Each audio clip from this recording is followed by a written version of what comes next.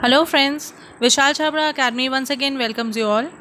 We are taking the series of seated paper 2 science from 2019 till 2011. We have covered all the years except 2012 January paper and 2011 paper. Today we will discuss both of these papers today so that we can continue with the more MCQs and more important questions from tomorrow, and we can take the rest of the classes also as usual from 9 to 12, which I take. Okay, now we come to the first question. The following observations were made by students A, B, C and D when they rubbed solid baking soda on dry litmus paper. विद्यार्थियों A B C तथा D ने जब सूखे litmus पत्र पर ठोस baking soda रगड़ा तो उन्होंने निम्नलिखित अवलोकन करे. देखिए, पहली बात तो ये क्लियर कर लीजिए कि आप क्वेश्चन को ध्यान से पढ़ेंगे. जब उन्होंने लिखा है they rubbed the solid baking soda on dry litmus paper, जब मैंने आपको एसिड्स बेसिस एंड सॉल्ट्स की वीडियो में बताया था कि कोई भी जो ड्राई लिटमस पेपर होता है ऑब्वियसली उसके ऊपर कोई कलर नहीं आएगा. ठीक है, क्यों नहीं आएगा? क्योंकि उसका गीला होना ज़रूरी है. जब तक वो गीला नहीं होएगा तब तक वो कलर कैसे देगा? ठीक है, आयंस कहाँ से आएंगे? वो उसमें कोई कलर का चेंज आएगा नहीं ड्राई लिटमस पेपर पे. ठीक है, तो ये बात आप दिमाग पे रखिए. पहला उन्होंने लिखा है, अब इससे कोई फ़र्क नहीं पड़ता कि वो ब्लू लिटमस है या रेड लिटमस है, there will be no colour change if it is dry. तो we will go with option number D. ठीक है, अब इसमें यह है the correct observation was made by the student. अब कौन से स्टूडेंट ने ये बनाई थी ऑब्जर्वेशन? किसका विद्यार्थी का अवलोकन सही था? तो ये जो डी वाला था, we will go with option number 4, जिस स्टूडेंट ने सही बताया था कि भाई ये डी है. Okay, we go to the next question. A laboratory thermometer shows the 5 small divisions between the markings of 55 degree Celsius and 56 degree Celsius. Okay? अब यह है कि उन्होंने हम लोगों को ये बोला है कि भाई इसके बीच में मार्किंग्स दी हुई हैं, 5 डिविजन्स दी हुई हैं 55 डिग्री के बीच में और 56 डिग्री के बीच में. तो इसका मतलब जो एक मार्किंग है वो 56 माइनस 55 है और कितनी है? 5 डिविजन्स है इन्होंने. ठीक है, तो ये कितनी हो गई हमारे पास? 1/5. तो एक डिवीजन हमारे पास कितनी हो गई? 0.2 डिग्री की. तो 55 और 0.2 हमारे पास सीधा आ गया 55.2 डिग्री सेल्सियस. ठीक है, एक प्रयोगशाला तापमापी है जिससे 55 और 56 डिग्री के बीच में 5 विभाजन है. तो ऑब्वियसली अगर उनके बीच के हमने एक डिवीजन देखनी है तो 56 माइनस 55 करेंगे और कितनी है? 5 है. तो हमारी एक डिवीजन जो है वो 0.2 की आ जाएगी. तो we will go with the answer number 3 which is the right option. Now we go to the next question. Which of the following group of words can be correctly identified with rhizobium? देखो, निम्नलिखित में से कौन से शब्द समूह को rhizobium के साथ सही रूप से पहचाना जाता है? राइजोबियम बैक्टीरिया एक ऐसा बैक्टीरिया है जो लेग्यूमिनस प्लांट्स में, मतलब जो पल्सेस वाले प्लांट्स में पाया जाता है. ठीक है, और उनके रूट नोड्यूल्स में पाया जाता है और वो नाइट्रोजन फिक्स करता है. तो ये सारी बातें जब हम देखेंगे तो हम स्टार्टिंग से शुरू हो जाएंगे ऑप्शन नंबर 1 से, जिसमें पिचर प्लांट है जो घट पड़नी है, उसका कोई मतलब नहीं है नाइट्रोजन फिक्सेशन से. ठीक है, nitrogen fixation, root nodules, leguminous plants, इसको भी हम देखते हैं. रूट्स ऑफ लेग्यूम्स, पैरासाइट तो बिल्कुल भी नहीं है, ये सिम्बायोसिस है. और लेग्यूमिनस प्लांट्स स्टेम में नहीं होता. तो our right option is nitrogen स्थिरीकरण, जड़ों की ग्रंथियां और फलीदार पादप जिसके अंदर ये बैक्टीरिया होता है. We are going to take the option number 2 which is absolutely right. Now we go to the next question. When carbon dioxide is passed to clear lime water, ठीक है, तो it turns milky. The milky appearance of the lime water is due to formation of calcium carbonate. ठीक है, चूने का पानी जब दूधिया हो जाता है तो उसके बाद क्या बनता है? ऐसा किसके कारण वो दूधिया दिखाई देता है? वो कैल्शियम कार्बोनेट की वजह से दिखाई देता है. और we will go with the option number 3 कि कैल्शियम कार्बोनेट की उपस्थिति की वजह से इसका रंग दूधिया हो जाता है. Okay, now we go to the next question. When electric current is pass through the metallic conductor, amount of heat produce in the conductor depends on its. जब धात्विक चालक में विद्युत धारा प्रवाहित होती है तो चालक में उत्पादित ऊष्मा जो होती है किसके ऊपर निर्भर करती है? देखिए, हमें ये बात बड़ी क्लियरली मालूम है कि जो रेजिस्टेंस होती है, ठीक है, वो डायरेक्टली प्रोपोर्शनल होती है लेंथ बटा एरिया से. ठीक है, लेंथ मतलब लंबाई, एरिया मतलब क्षेत्रफल. ओके ठीक है, तो अब जो है हमारी जो अमाउंट ऑफ हीट प्रोड्यूस होती है वो जो होती है वो भी डिपेंड करती है लेंथ के ऊपर और थिकनेस के ऊपर। ये एक्चुअली फॉर्मूला पूरा होता है H=I²RT, यहाँ से शुरू होता है। ठीक है, R जो होता है वो होता है रोहू L/A। जो रोहू होती है ना वो इसकी रेजिस्टिविटी होती है, ये कांस्टेंट होता है। तो इसका मतलब जो R डिपेंड करता है वो डिपेंड करता है L पे और A पे।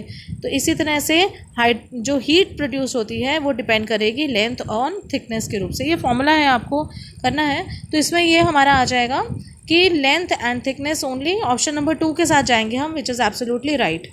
ठीक है, नेक्स्ट है PET bottles and jars are commonly used for storing edible items. PET is a very familiar form of, जब मैंने ये सिंथेटिक फाइबर्स और नेचुरल फाइबर्स करवाए थे, ये तो सिंथेटिक फाइबर्स में था, तब ये पूरी वीडियो में मैंने बहुत अच्छे से एक्सप्लेन करा था कि PET क्या होता है, किससे बनता है, किसकी पॉलीमराइजेशन से बनता है। तो जो PET होता है वो is one of the most commonly used food grade packing plastics due to its chemical inertness and appearing physical properties. ठीक है, और ये बनता है by the polymerization of the polyesters. तो we will go with the option number 1 which is absolutely right. Polyester को हिंदी और English दोनों में सेम ही कहते हैं। तो ये जो पेट बनता है उसी की पॉलीमराइजेशन से बनता है। पॉलीमराइजेशन मतलब जो लिंकेज होती है ना, जब पॉलीमर्स छोटे छोटे मिलकर बड़ी बड़ी चेन्स बना देते हैं तो उसको पॉलीमराइजेशन कहते हैं। ओके, ये this also have explain my videos, please watch them. Now the next question will go with is the minerals that are required in the right amount for the proper functioning of the muscles are. अब जो minerals हैं जो सबसे ज़्यादा ज़रूरी होते हैं, अब इन्होंने पहला दिया है मांसपेशियों की सुचारू क्रिया के लिए कौन से खनिजों की आवश्यकता होती है। लौह एवं calcium, sodium, potassium, iodine, chlorine, लोही, आयोडीन। तो हम लोगों को सबसे ज़्यादा ज़रूरत जो होती है फंक्शनिंग ऑफ मसल्स के लिए आयरन और कैल्शियम की आवश्यकता होती है, क्योंकि जो आयरन है that is necessary for the production of haemoglobin and build up quality and increase the resistance to stress and disease. और कैल्शियम जो होता है स्ट्रॉन्ग बोन्स, स्ट्रॉन्ग टीथ और काफ़ी चीज़ों के लिए इंपॉर्टेंट होता है। तो will go with option number 1 which is absolutely right. Antibiotics जो होती हैं वो इफेक्टिव किसके अगेंस्ट होते हैं। एंटीबायोटिक्स जो होती हैं वो एक्चुअली होती हैं जो कि बैक्टीरियल इन्फेक्शन से कॉज होती है डिजीजेज। हमारी बैक्टीरियल प्रतिजैविक जो होती हैं वो किसके लिए उपचार में प्रभावी होती हैं, जो कि जीवाणु से फैलती हैं, जो जीवाणु से फैलती हैं मतलब जो बैक्टीरिया से फैलती हैं। तो यहाँ पे जो बैक्टीरिया से फैलने वाली जो है दैट इज़ कॉलेरा, हैजा जो है वो बैक्टीरिया से फैलता है। सो इसलिए प्रतिजैविक जो है सेकेंड ऑप्शन जो है that is the right answer.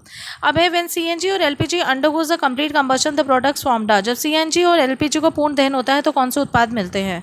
देखिए पहली बात तो ये है कि जब LPG जलता है, जब LPG जलता है तो उसमें से निकलते हैं ब्यूटेन और प्रोपेन। ठीक है, क्या निकलते हैं, ब्यूटेन और प्रोपेन। ये देखिए प्रोपेन है C3H8 और ब्यूटेन है C4H10। ठीक है, और जब इनका रिएक्शन होता है तो फिर ये क्या रिलीज़ करते हैं, कार्बन डाइऑक्साइड, वाटर और एनर्जी। ठीक है, okay, so we will go with the option CO2, H2O and energy. तो option number 3 is right for this. Okay, now we come to the next question. The smallest of living organisms is cell wall are. कोशिका भित्ति वाला सबसे छोटा जीव कौन सा है भाई, बैक्टीरिया है। सिंपल सी बात है, जीवाणु है। ठीक है, जो सबसे कोशिका भित्ति वाला सबसे छोटा जीव है। और the process of converting the sugar into the alcohol is, हम लोगों ने फर्मेंटेशन मैंने पहले भी बताया जिसको कि किण्वन कहा जाता है, कि जिसमें अल्कोहल की फॉर्मेशन होती है, यीस्ट की सहायता से होता है। ठीक है, और इस प्रोसेस को किण्वन भी कहते हैं। तो शुगर को जब अल्कोहल में बदला जाता है तो उस प्रोसेस को फर्मेंटेशन कहते हैं, यीस्ट की मदद से होता है, अल्कोहल की फॉर्मेशन होती है। The SI unit of the calorific value is, देखिए किलो कैलोरी पर किलो जूल पर किलोग्राम जो है वो इसका SI यूनिट है। तो ये याद रखना, ये पिछली क्लास में मैंने बताया था आपको।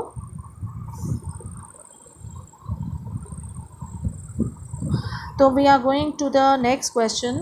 आई was just trying to find out कि कहीं कुछ वो तो नहीं है, गड़बड़ तो नहीं है। नहीं, ठीक है, राइट। ठीक है, now we are going to the next question. Given below are a few chemical processes, rusting of iron, burning of candle, respiration and photosynthesis. इनमें स्लो कंबशन कौन सी होती है। स्लो कंबशन इसमें देखिए दो होती हैं। स्लो कंबशन मतलब जो धीरे धीरे धीरे काम होता है ना, उसको कहते हैं। तो रस्टिंग ऑफ आयरन और रेस्पिरेशन, तो ये दो ऐसी प्रोसेसेस हैं जिसमें कि स्लो कंबशन हो रही है। रिएक्शन बहुत धीरे धीरे होता है, इसलिए इसको स्लो कंबशन कहते हैं। अब ए और सी जो हैं वो आते हैं ऑप्शन नंबर 4 में। So will go with the option number 4 which is absolutely right. Now we come to the next question, which one of the following man made fibres are called as artificial silk. Artificial silk आपको मालूम है rayon को कहा जाता है, और बड़ा famous ये कपड़ा है जिसको कि ना आयरनिंग की ज़रूरत होती है। इसकी जितनी भी क्वालिटीज़ हैं मैंने अपने वो फाइबर्स वाले वीडियो में अच्छी तरह से करवाई हुई है। और ये actually neither a truly synthetic fibre not a naturally fibre, ये बीच का फाइबर है, सेमी सिंथेटिक इसको कहा जाता है। इसको विस्कस रेयॉन भी कहा जाता है, और आर्टिफिशियल सिल्क की इंडस्ट्री में इसका काफ़ी नाम है। So we'll go with the option number 2 which is absolutely right. ठीक है। अब है, if the frequency of the vibrations of the body is decreased and its amplitude is increased, यदि किसी वस्तु की कंपन की आवृत्ति तो घटा दी जाए लेकिन उसका आयाम बढ़ा दिया जाए तो क्या होगा। देखिए साउंड जो है ना वो एक मैकेनिकल वेव है। The loudness is the intensity of sound. Loudness का मतलब कितनी साउंड कितनी ऊंची नीची है, और जो किसके डायरेक्टली प्रोपोर्शनल होती है, स्क्वायर टू द एम्पलीट्यूड के, मतलब वो एम्पलीट्यूड के स्क्वायर के बराबर होती है। तो इसलिए लाउडनेस इंक्रीज होगी। पिच जो है वो इन्वर्सली रिलेटेड टू एम्पलीट्यूड है, वो उसके डायरेक्टली रिलेटेड नहीं है, तो इसलिए पिच डिक्रीज हो जाएगी। तो लाउडनेस जो है वो क्या करेगी, इंक्रीज होगी, और पिच डिक्रीज होगी।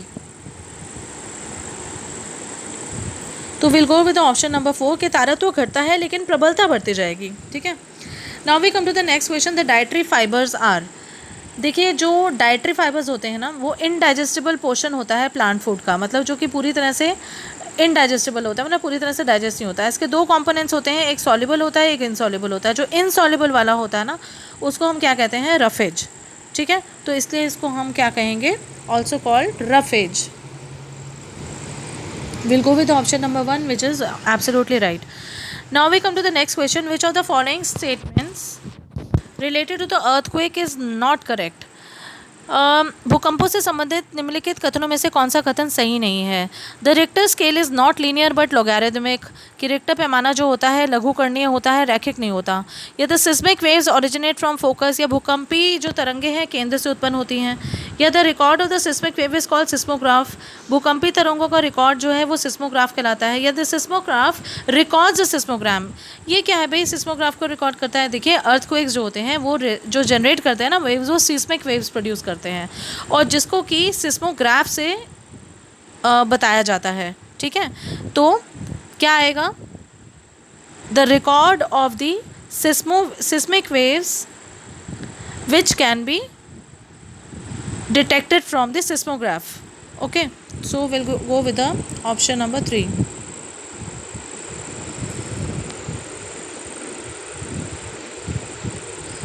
Now we come to the next question, the gas which forms the carboxy hemoglobin। देखिए कार्बोक्सी हीमोग्लोबिन वाली जो गैस है ना वो हमेशा ये ध्यान रखिएगा कि कार्बन मोनोक्साइड होती है, क्योंकि ये सफोकेशन करती है, ये इनकम्प्लीट कंबशन होती है हीमोग्लोबिन की, इसके साथ ये अटैच हो जाती है। Carbon monoxides inhibits the bloods ability to carry the oxygen, ये ऑक्सीजन को कैरी करने की जो कैपेसिटी है ना उसको ब्लॉक कर देती है।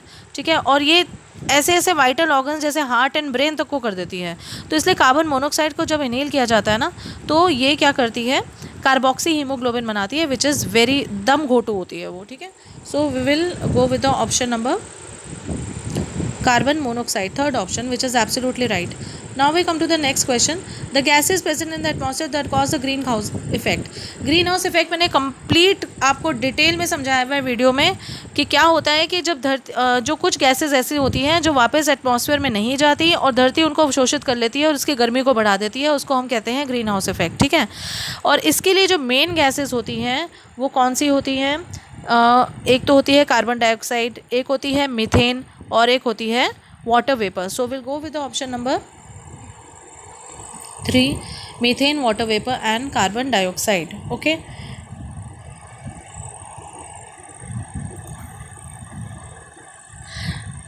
वाटर वेपर जो होता है करीब 36 to 70% होता है, कार्बन डाइऑक्साइड जो होती है वो 9 to 26% होती है, और मीथेन करीब 49% होती है। तो ये कॉन्स्टिट्यूट करती है मेन ग्रीन हाउसेस गैसेस भी इनको कहा जाता है। चलो we come to the next question कि in order to determine the acidic, basic और neutral character of the solutions a student tabulated the following results. उसने रिजल्ट्स विलेनों के अम्लीय, क्षारीय, उदासीन प्रकृति का निर्धारण करने के लिए एक विद्यार्थी ने परिणाम सारणी बनाई है। निम्नलिखित अवलोकन में से सही रूप से सरणीकरण अवलोकन कौन सा है? Which of the following observations has been tabulated accurately? इनमें से कौन सा जो है वो बिल्कुल सही किया गया है टेबुलेशन? देखिए, सबसे बड़ी बात यह है कि पहला जो दिया हुआ है NaCl, ठीक है, उसके बाद दिया गया है लाइम वाटर, फिर दिया है विनेगर, फिर है वॉशिंग सोडा।